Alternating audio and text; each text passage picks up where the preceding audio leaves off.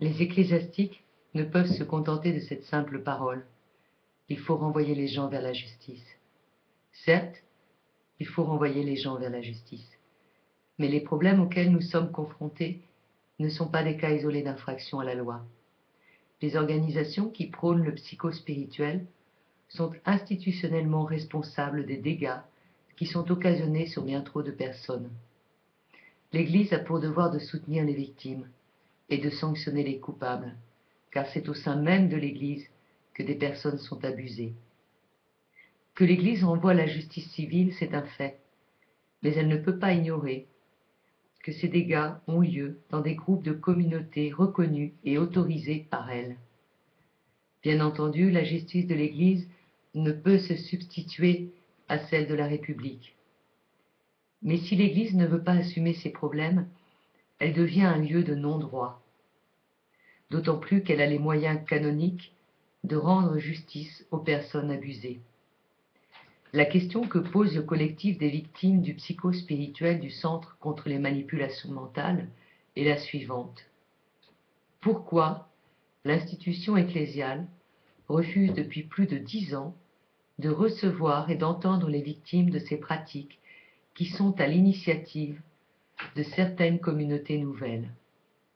Pourquoi la Conférence des évêques de France met en place des commissions, demande des rapports à des experts qui tirent sur la sonnette d'alarme et qu'aucune suite n'est donnée? A-t-on à ce point peur de voir se vider l'Église? Le collectif demande à l'Église et à tous les évêques concernés de prendre en compte les victimes de ce nouveau fléau dans l'Église. Mais nous les supplions également d'avoir une position claire et transparente quant à ces méthodes.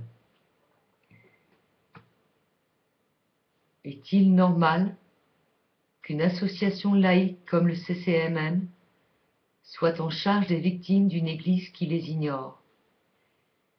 Est-il normal que les autorités de l'Église n'assument pas leurs devoirs et ne protègent pas ses fidèles, soit par la prévention, soit par une reconnaissance des dérives auxquelles les personnes se sont heurtées? Il est inconcevable qu'il faille sortir un livre pour interpeller l'Église. Il serait temps qu'on puisse tirer leçon de nombreuses alertes qui ont commencé avec la publication du livre Les naufragés de l'esprit en 1996. Pourtant, ces mêmes groupes sectaires continuent à avoir pour vitrine le label de l'Église catholique. Il serait temps que les ecclésiastiques prennent à cœur leur rôle de défenseurs de la foi, car c'est le cœur de la foi qui est violemment atteint par les hérésies et les pratiques psycho-spirituelles. Doit-on penser qu'au nom de l'Église catholique, on puisse tout se permettre? Doit-on penser que c'est dans l'indifférence la plus totale que la contamination du psycho-spirituel est en train d'affecter le corps de l'Église? Que se cache-t-il donc derrière cette inertie collective?